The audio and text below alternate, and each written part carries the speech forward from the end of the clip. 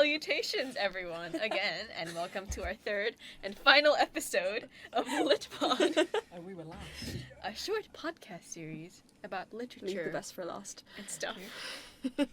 Should I say that again? A short podcast about literature and stuff. Yeah. Yes. I hate the word stuff, Yeah. don't you? And stuff. Okay. My name is Pun. My name is Katie. My name is And we will be your gracious hosts.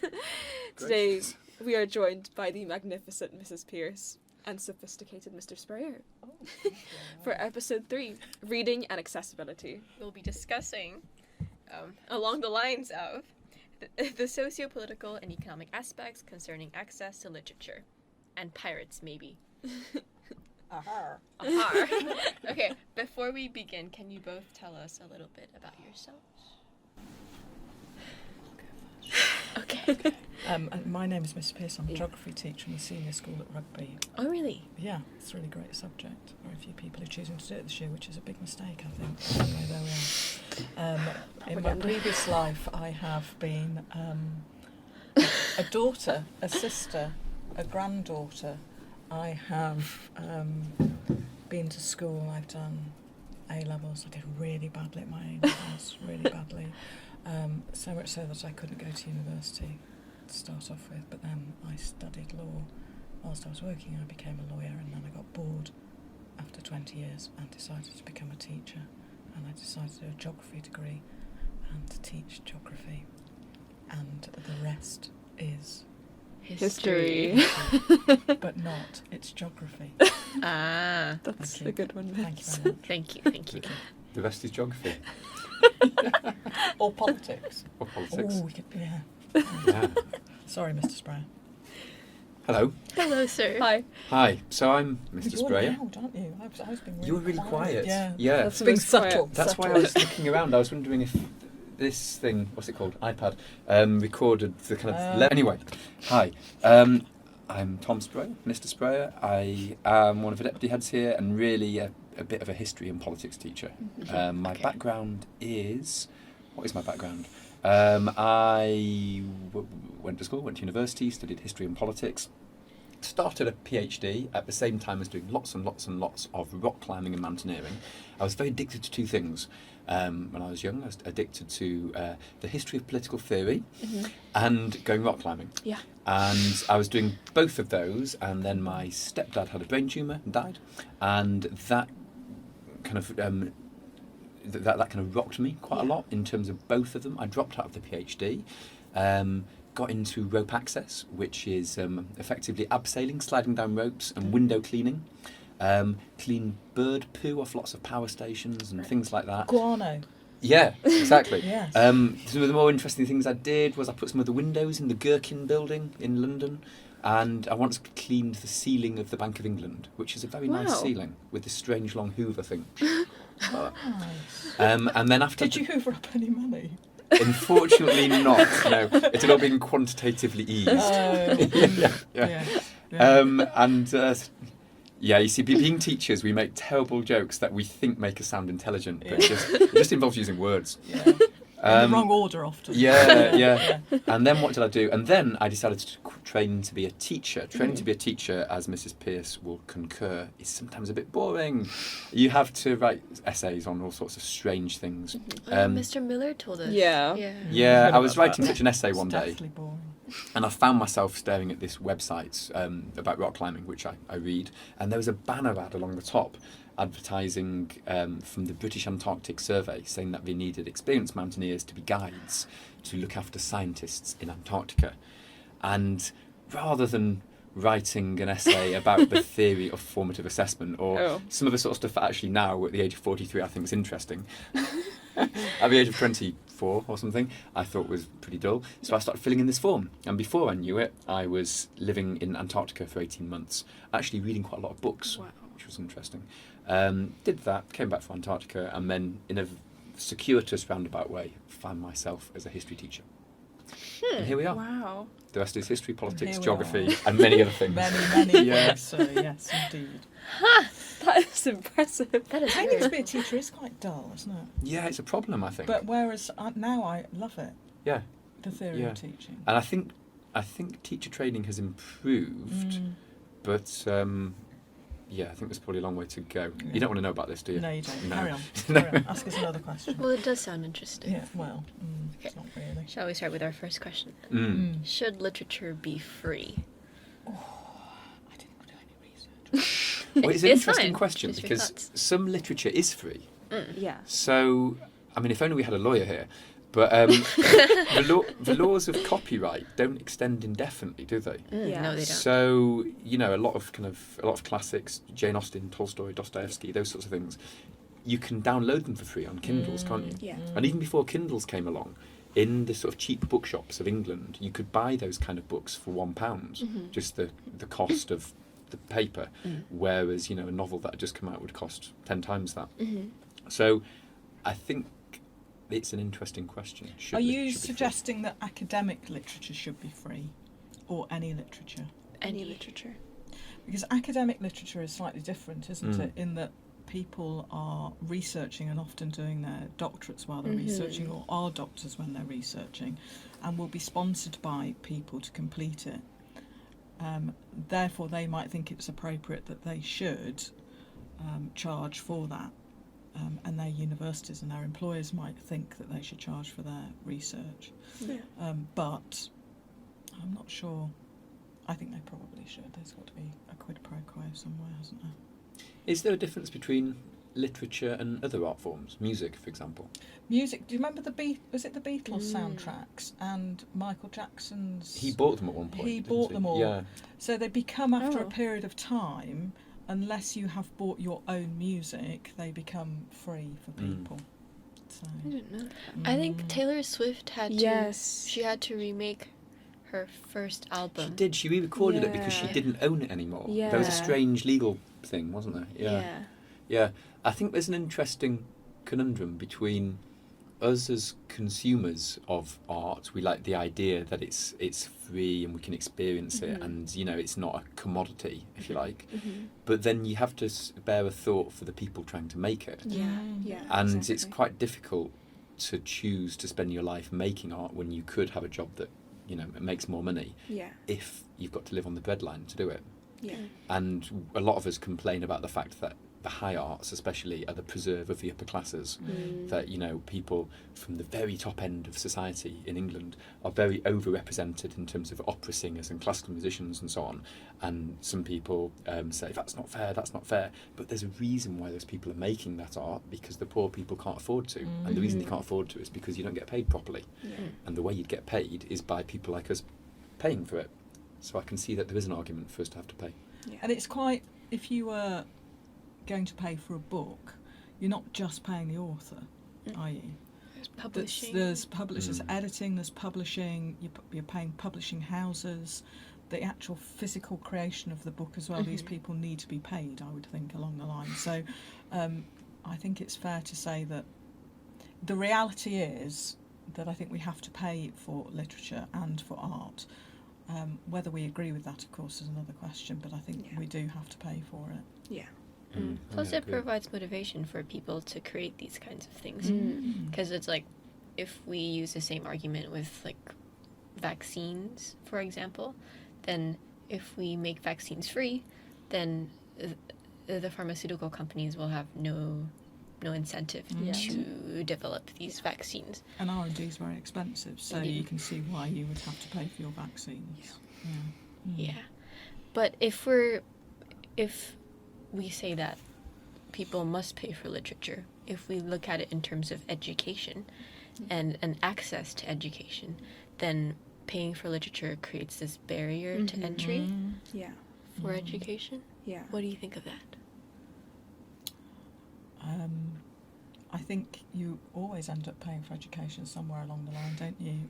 Even so, Mr Spreyer and I came from the state system in the UK, and So that means government schools. Yeah. Yeah, so Okay. it's free. I hate this, inverted commas. It's free. But how do you think state schools are paid for in the UK? Taxes? Yeah. So is it free? No. Is anything free? Well, It's a very interesting philosophical question. But I think, does it create a barrier? Sometimes it does, and schools, certainly from my experience, struggle to provide literature as well to students, because I think there's a barrier in particular schools in particular areas where they might not get the funding to enable them to provide literature. So I think there are barriers even in high income countries like the UK to education at certain levels. I mean, we're quite lucky here, aren't we? In that we can afford to buy the literature that we might choose to. Therefore, our barriers aren't maybe not financial, they may be other types of barriers. Yeah. But,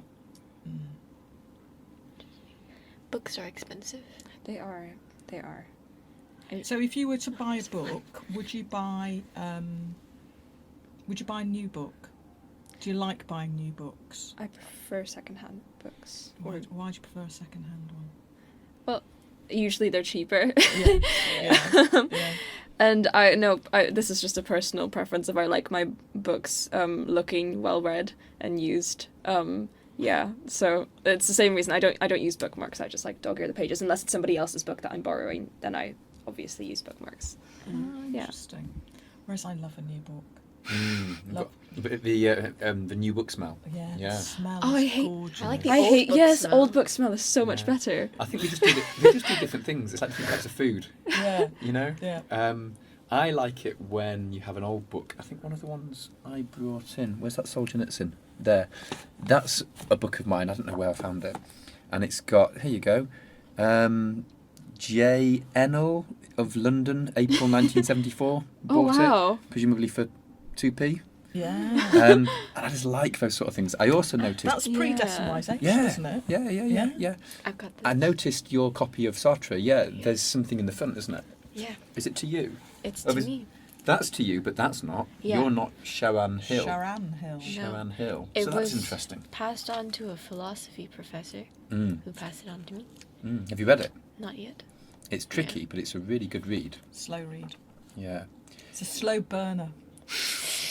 I wouldn't hurry into reading it, as Okay. in kind of like right now. You know, you might want to read it in 2, 3, 4 years' time, but it's definitely worth reading. Yeah. So yeah, I like the idea that books in themselves, as well as describing something else, are historical artifacts. So whenever that was written, the Soviet Union existed, and this book's about the Soviet Union. I consumed it as history in the same way I might consume something about the Tudors, but at the point at which whoever that was read it, it was contemporary, which is quite mind-blowing. Really. Yeah, it is. Yeah. That is very interesting. Yeah. Just like how 1984 was in the future, Yeah, Yeah. that's Yeah. so true. and now it's in the past. Not even the very recent past. It's a Yeah. long time ago. It is a long Yeah. time ago. Yeah. But it is great. Slow. No, it isn't. I lied. From someone who I didn't lied. finish the book. Specifically for the camera, I did 50 pages. And had to give up. Oh, that's so bad, isn't it? Well, I thought the concepts in it were really good. It was just written really, really dryly. It was so difficult You to could have read. made it amazing, couldn't you? But it's Yeah.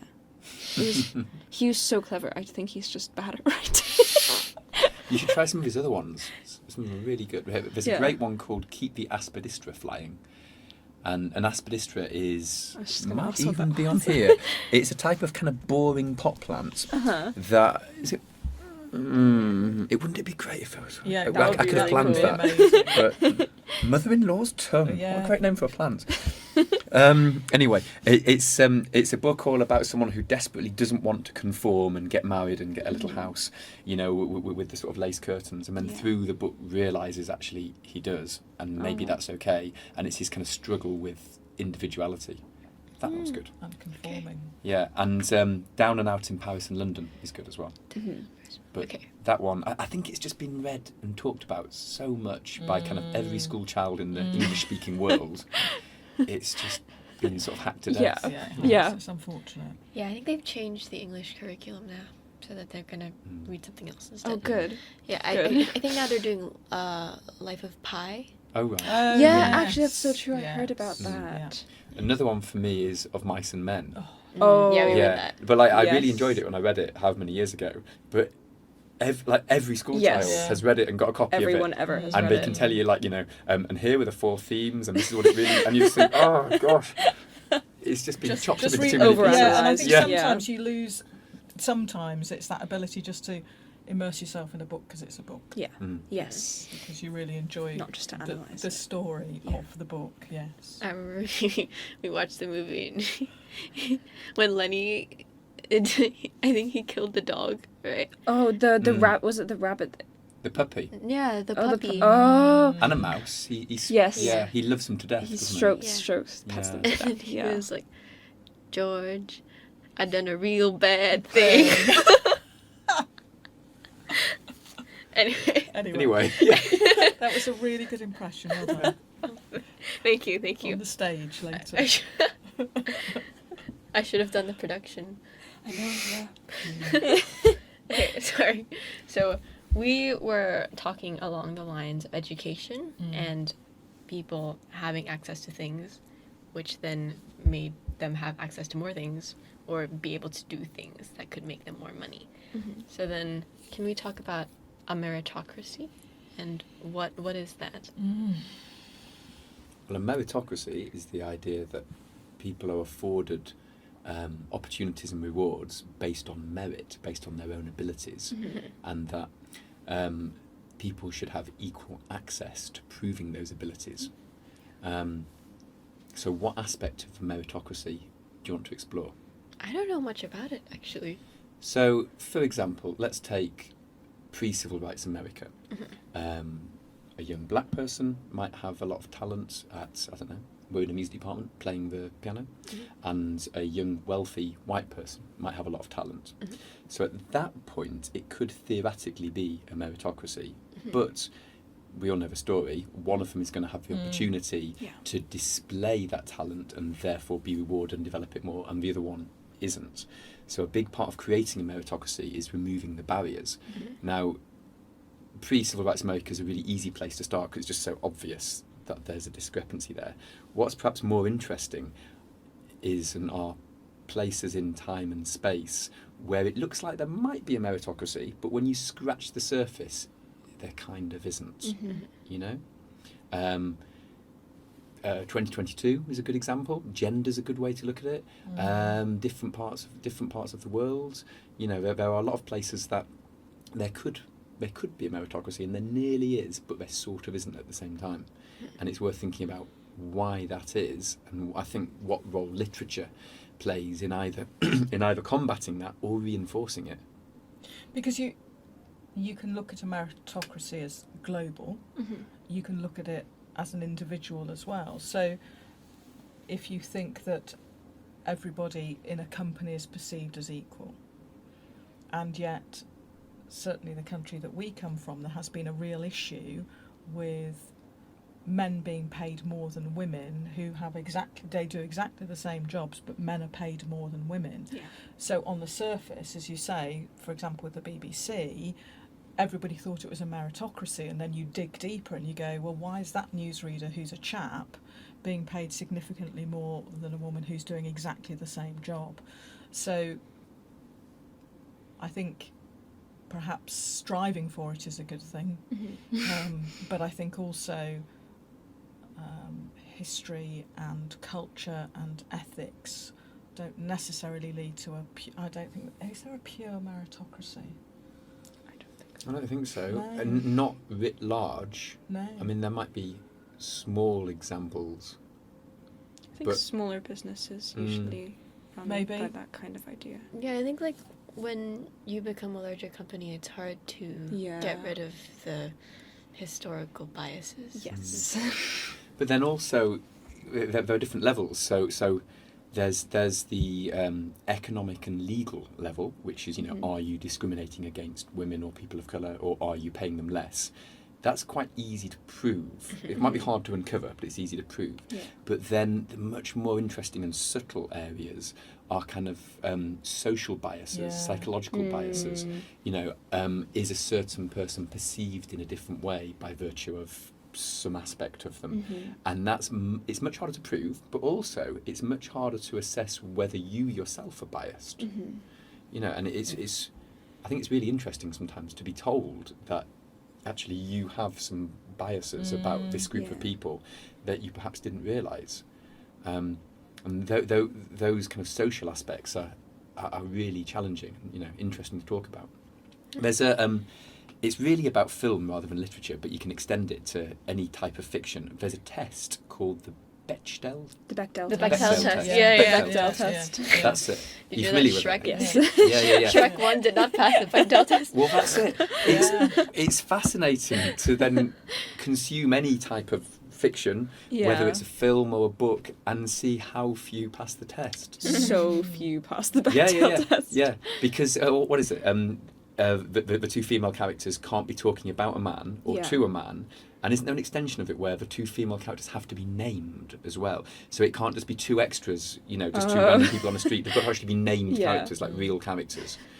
And it's terrifying. And that leads really nicely back into your meritocracy question. Because how can you really say there's a meritocracy when, 90% of films and literature don't pass that test? They don't pass the test, and then are women written out of history as well, of course, which is a really interesting question, because historically books have been, and history has been written by men, so therefore perception of women historically, maybe that's where we're coming from in terms of trying to create a meritocracy. Maybe. That's definitely worth talking about. Yeah. There's a theory of history, what is it? Big blokes and battles is one that you hear sometimes. The idea of it, as big, strong, whether it's Bismarck or Churchill or Julius Caesar or Stalin or Hitler or whatever, it's a bloke. Yeah. They're maybe not literally big, but they're, big leader, big white chief sort of thing. And they have battles, they blow things up. And that is history. It's sometimes called the great man theory. Well, in more politics and philosophy, it's called the great man theory of history. The idea that history and historical moments are created by one great leader who's invariably a man. The exception to the rule is Elizabeth I, and there's a certain type of historian who will say, but Elizabeth I or Queen Victoria, and the response is obviously... Or Margaret Thatcher. That's the big three, isn't it? Yeah. And the response is always, come on, you can do better than that. There's more than three in the history of the world. And then people scratch around and name Boadicea or Cleopatra, and then that's it. Or Boudica. How do we say it these I days? say Boadicea, but is he supposed to say Boudica? I've no idea. I don't know either. Yeah. These all seem a bit silly. She's a woman in a chariot with knives on. Oh, right. who attacked Romans. Yeah. Oh, wow. Brilliant. Yeah. But that whole kind of big blokes of history, it's a bit like the Bechdel test in that you laugh at it initially and then take a moment to think back of all the history that you've ever studied at school. Yeah. And I bet 99% of it, apart from the token, let's do Elizabethan fashion for the girls, I bet 99% of it was about big blokes and battles. Yeah. And then you think, oh no, that's not very good, is it? No. So then that leads you into is the point of why it might be difficult to get women to... The education of women is so important, and allowing women the opportunities to formulate their own versions of themselves and the way in which they choose to write things as well. So until women do feel they are free enough to do that, unfortunately I think that history might keep repeating itself a little bit. But it is getting better, and we know that it's getting better. But I think the same applies in America. It's not just about women, it's about the colour of your skin, and it's about how much money you've got, and it's... so, for example, schools in America are run on how much money happens to be in a particular borough. Yes. So therefore, if you can afford to move into that borough, you move in, and the school is better funded. Well, that automatically creates massive inequality, not only in terms of where you're living, but also in terms of the literature you might have access to because of the school funding. So it's a really, really interesting one, and I think that you have to get to the point where there has to be a meritocracy, but unfortunately I'm not sure it's ever going to happen. Yeah, can there ever be a true meritocracy? I don't think so. I don't think so either. No. I think whilst there are humans Whilst there are humans, with different backgrounds, different preferences, and different starting points, I think and preferences, prejudices, and prejudices, yeah. And a slightly more provocative answer would be perhaps there shouldn't be. Perhaps the country at the moment which is coming closest to trying to create a pure meritocracy is North Korea. Personally, I'm not that keen on living there. It's true. Oh, I guess true meritocracies would be close to communism. Yeah, I was just thinking that. Okay. A political system that in its purest form has never existed and in its less pure Yeah. form is notoriously corrupt, which isn't very meritocratic. No. But it aims to be. That Yeah. that is No, I don't think a it good can answer. happen, unfortunately. Okay. Or again, should it? You've got to have leaders in the world, haven't you? Yeah. At some point. Well, then, do we strive for it? I think to a point. To a point. I think personally speaking, I think another thing to bear in mind, I always try and think about this when I'm struggling with philosophical, political questions or teaching them, is that what we're talking about here, society, reality, it's not maths. And what I mean by that is, just because you can't get to the perfect answer, just because you can't balance, I'm going to betray my lack of mathematical knowledge now, just because you can't balance that equation, x equals 2, because you can't get to the end, it doesn't invalidate the process. So you may decide that actually you don't want to live in a 100% purely meritocratic society where everyone wears identical clothes and has an identical haircut, but that doesn't mean you shouldn't at least try to make it a bit more meritocratic. That wouldn't be an argument to not protest against apartheid South Africa, for example, just because you didn't want to be in North Korea. Yeah. It's still worth protesting against injustice, even if you don't want to take it to its logical conclusion. Does that make sense? Yeah. I think the world today is becoming. So there is a suggestion that the world is becoming less equal, despite people trying to make it more equal, because inequality is so great within and between countries. So there's something called the Gini coefficient, which looks at the most equal countries compared to the least equal countries, and it's scary how many large developed countries are incredibly unequal, and I think may start with this premise of a meritocracy, but gradually, as history will show, fails to achieve it and unfortunately creates horrific inequality. Yeah. And an underclass and resentments, and then the breakdown of the concept of the common good, this idea that we're all in it together. Yeah. It's really hard to glue a society together when there are some people who are fabulously wealthy, and there are other people often in the same postcode who have got nothing. It's difficult to glue those people together, and then, unsurprisingly, societies sometimes struggle. Isn't it interesting, though, during COVID, how... and it's really difficult for us because we're tending to talk about the UK a little bit, but I think maybe because we are knowledgeable about it. But I think COVID was really interesting because there was a real, we're all in it together, we're all going to stay at home and we're going to get it right and we're going to defeat it and it's going to be great.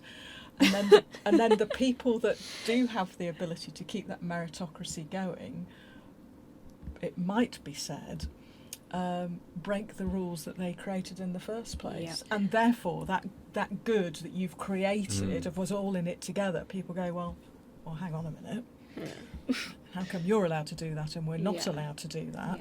So I think in COVID it was really interesting that we were beginning to create that greater good. We're all in it together, and then it fell apart a little bit due to politics and such in the UK and the odd party. I was just going to say. Yeah. A soiree in a terrace house in London. And then going to get your eyes tested, of course. That was it, Yeah. Anyway, sorry. Good. Nice. Okay. Oh, how can we make societies more equal in terms of literature? So how can we increase access to literature for all people? God, that's a really interesting one. We can also talk about education, increasing access to education. Well, I think... Do the two go hand in hand, maybe? Yeah, because I think I think there's a material aspect to your question, and then there's a kind of demand aspect. So the material aspect, how do we increase access to literature? Back in the good old days, it would have been buy some books. These days, it's give people free access to PDFs. And technology solves that. That's the easy part of the question. The harder part is, in terms of increasing access to literature, how do you make people see the value of literature who wouldn't necessarily? And that's where education comes in. Yeah. Because everyone's, like, look at Thailand, everyone just about can afford a phone. And I've read novels on my phone. It gives you bad eyes, but you can do it. So therefore, technology has kind of solved that problem. But that's not answering your question. Your question about access is making a wider pool of people see the value of literature. So I'm going to admit something that I don't admit very often. My brother and his wife do not have a single book in their house. Not a single book. My sister-in-law has never read a book in her life. What? And I used to go and see them, and I would sit with the two kids and read with them, but they would have to read to me because it's very good to go. But they had to read out loud to me, and they never took their children up to bed to read a book. Wow. And I think there's a real correlation there with education, and my niece and nephew are just the most lovely people in the world, but not with a relatively good or high level of education. I think there's a real correlation there between a drive to read and it coming not only from yourself, but also coming intrinsically from the people around you, extrinsically from the people around you, and intrinsically, do you want to do it yourself? Yeah. And my niece and nephew don't read books. So would that perpetuate? Oh, completely. Yeah. I really believe that. I really believe it. And I truly believe that reading is linked to the way intelligence, vocabulary, empathy, it creates so many great things in people that Mr Spreyer is absolutely correct. We can make it available to everybody, but unless they want to read and they see the benefit in reading, that's where the issue lies, I think. So how can we do that? I agree about the education aspect. It's having a teacher that inspires you to actually want to learn makes all the difference, I think. Yeah, I think it's not just about reading itself as a physical activity, but Just wanting learning to know and more. a thirst for knowledge. Yes. Yeah. And trying to generate that is difficult in different places within society as well. That how do you get people to understand the beauty in reading and the beauty in knowledge and learning? And that's a real toughie. Yeah. It's a really tough question. And it links back to economic factors. Teachers that or people that became teachers just for the money clearly most likely aren't going to be inspiring children to read and to want to learn more. Can I just say Most people have made a bad choice. you don't become a teacher for the money, Yeah. so yes. Just At a last resort, being a teacher for the money. Whereas people who just became teachers just because they love it, they will pass on that passion to students, I think. And it's that ability to say, this sounds really crass and I don't mean it to, but you do feel a little bit that you just want to give it back. You feel like you really want to. I feel like I really want to inspire people. Maybe not to read these books, but certainly to develop an interest in learning. Definitely want to do that. I would love to see if they would read some of these books, particularly Mr Tim Marshall. I still haven't read this. Haven't you? No, I Do you guys read much fiction? Yes. Fiction? Yeah. Fiction, I read yes. yeah. Do you read every day? I used to. So I make a point. I'm going to make it sound like a trial. It isn't a trial, but I make a point of trying to read every day. But read fiction every day because we have to do so much reading anyway. But I try to read friction. It creates friction in my fiction every day. I might not read much, but I do try and. Yeah. Do you think you're unusual as teenagers that you read a fair bit of fiction? If we did a survey at RST. I think not anymore. I think maybe that used to be the case. Well, at RST, it's a very, like, privileged school to be at. I see a lot of people reading just for enjoyment, and most often fiction. I think non-fiction, that would be more rare to see here. Yes. Yeah. Yeah.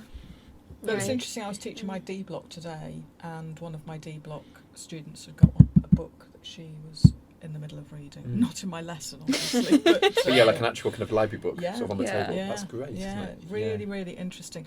Do you think that girls read more than boys? Don't know. I don't know. I have no idea. I couldn't tell you. Really? I My gut feeling is that girls read more than Yeah. boys. really. Yeah. Snap, yeah. Yeah. I think Yeah. there are many outliers, if you like, but I think on average that's probably the case. Why do you think that is? Well, that in itself, that's a whole podcast in itself. There are around many facets yeah. to that answer. yeah, around constructions and expectations of gender, conforming, doing what everybody else is doing. There are a whole range of factors there. Yeah, and then if we consider that, and then we consider the historical figures and the big men in history, like you said. It's a Then- huge so maybe- contrast, yeah. isn't it? Yeah. Positive indicator Yeah. for the future. Yeah, hopefully. But it is, yes, I think in terms of reading and frequency of reading, I think it's important to try and, this is going to sound ridiculous, but keep your hand in a little bit, it's really important just to get a book, open it up, and she says, having given up on 1984, drive through, and on Wolf Hall as well. That's terrible. I've given up on 2 books here, but Don't you find if you haven't read for a while, when you do read, you're slower? Yeah. Yes. I find that, and it annoys me. I'll be reading, and Yeah. I'll sort of scan down the page, and I won't be able to keep up, and then I'll get cross on myself. And do you Yeah. find that you have to go back? Yeah. I have to go and back reread and bits. Yes. reread it. And it takes Yeah. longer to get involved in the book as well, like just to forget that you're reading. And Yeah. But don't you think it's the most amazing feeling when you are in a book and there can be so much going on around you and you are just in that space Yes. and you are living that book? It's so good. Remarkable. It's one of those things that's so much better than TV and a film and a game on, whatever you happen to be playing your games on. You're just in that space and it's fabulous. So when I was looking at Man in Moscow, I was in that hotel with him almost all the time, just in the hotel. He doesn't do anything. Anyway, he doesn't do an awful lot. He just gets old in the book. But I was living in this hotel in Moscow with him. Old. It was just getting old, yeah. And sometimes you put a book down and you grieve the fact that you finished it. Yes. Yes. Oh, that's so true. It's like you have to move on with You your do. life. You do. It takes me like a solid week to emotionally move on from a book. And it's fantastic when you find yourself thinking about the characters, or even having a conversation with one of the characters in your head, Yes. Yeah. thinking, this is what I want to ask him. Why wasn't that dealt with in the book? Yeah, exactly. Yeah. No, I It's love it. interesting. It is really good. And I think, if you can just habit, it's the habit of reading.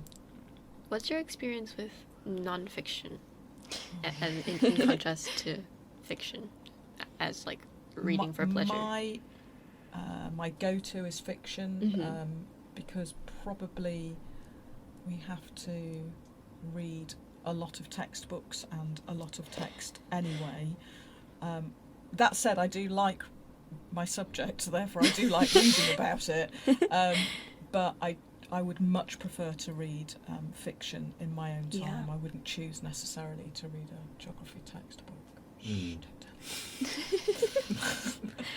Well, I think textbooks are less interesting because it's more like you read it and then it's made for you to prepare for exams. Yeah, it's different Whereas, from just like, learning. for example, this book is written in a more narrative format, Yeah. or in a format that is, more enjoyable, Yeah. and so perhaps it's more digestible in its content Yeah. compared to a textbook. Maybe I'm thinking too much like a teacher in terms of fiction and non-fiction, actually. Maybe.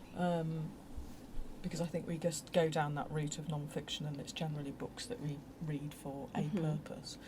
Do you think it's appropriate, so I'm changing the subject slightly, do you think that you would categorise reading on a BBC article, for example, or if you are on Twitter, reading articles on Twitter, would you classify that as proper reading? Yeah. I think so, because you're learning new information. So therefore I do like some non-fiction. Okay. Yeah. Right. I'm I've sure, got a though. question for you. Okay. Big question. Mm.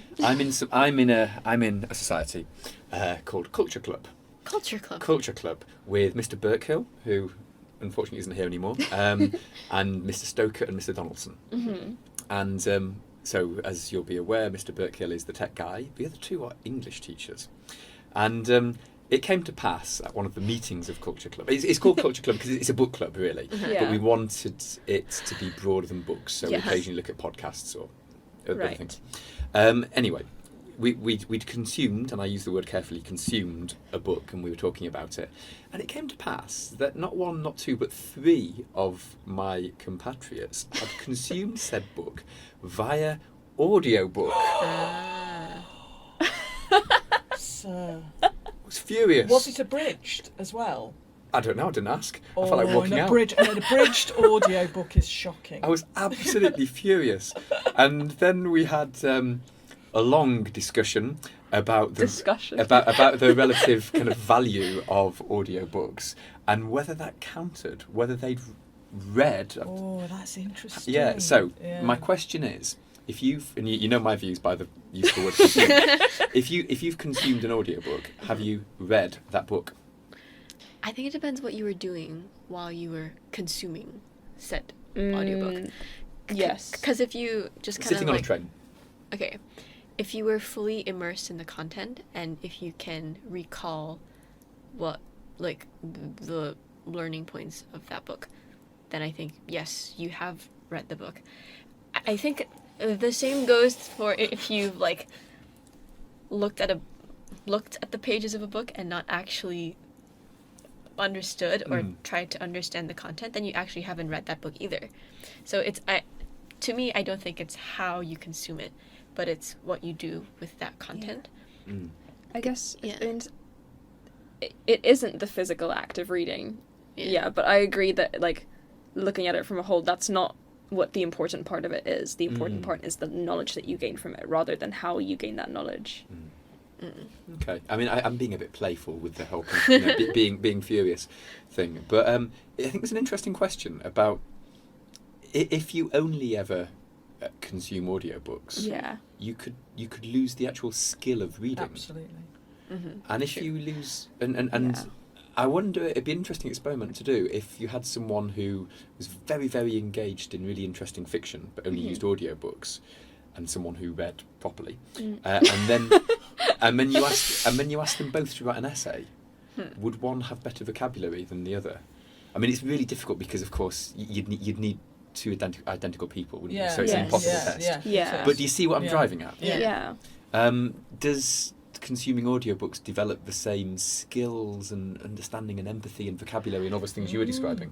I mean, maybe it depends on what kind of learner the person is. You know, there are different types of learners, visual and auditory, and maybe that plays into it somehow. Yeah. So maybe it varies from person to person. Yeah, I think some people, especially people with, like, certain learning disabilities, may not be able to access, like, physical books that you read with your eyes.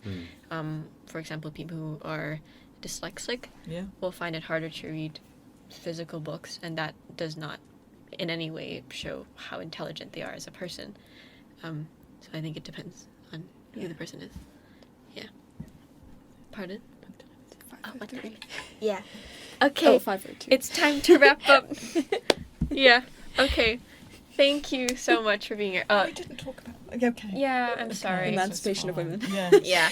It's fine. You know, It feels like we've barely scratched the surface. I know. Yeah, But it's this been is a what lot it of fun. felt like last It's time. been really, really great fun. Yeah. Thank you for inviting us. hopefully, if, you know, this is a success, we can make more episodes and we'll invite you guys back to very talk good. about the emancipation of women Yes. Thank you. and more. And can I- pirates. We didn't talk about pirates. And pirates, yeah. Pirates. Yeah. Can I just mention We'll have one to make book more really time. quickly? Oh, yes. Yeah, Driving absolutely. Over Lemons Let's- by Chris Stewart. Okay. Oh yeah, we forgot to ask them what their favorite books were. Oh, yeah. A Really Gentleman in quickly, Moscow. what's your favourite book? Oh, impossible question. But a few of them are What I Loved by Siri Hustvedt is very good. What else would I say at a time like this? Crime and Punishment, Dostoevsky, and maybe A Fine Balance by Hinton Mystery. Don't you think it depends? Oh, we've got to go. But Yeah. don't you think it depends where you are in your life It as does. well, and how you're That's what feeling? Mr. Maurice said. Yeah. It's how you're feeling at the time. Yes. And so my favourite poem is called is "Stop the Clocks" by W.H. Auden, and I read it at my dad's funeral, and it was one of the most horrific things that I've ever had to do in my life. Read the poem, and you'll understand why. And now I read the poem or I hear somebody saying the poem, and it makes me cry even now. But it is a very emotive poem anyway. So again, it depends where you are in your life and who you're with, and are you feeling joyful or are you not? 'Cause you've got to go and teach. I don't know. You're right. There's too many variables. Yeah. You're not assessing how good a book is. Yeah. You're assessing how accurately that book speaks to you. At And the obviously, time. you're a variable. Yeah. And You're it not a might fixed be point. that I might have enjoyed Driving Over Lemons 15 years ago. I read it now and go, oh, that's so crass. Maybe, I don't know. The same is true of music. There will definitely be Yeah. songs that really spoke to you a few years ago that don't anymore, Yeah. and others that still do. Yeah. And that's the same as you get older. We would agree, you know. Yeah. We are ad idem, sir. Okay. Thank you very much. Thank you so much. Thank you. Thank you. Thank you. Okay, That was and- great. Nice. That was the end. Ready. I was so out of sync. Let's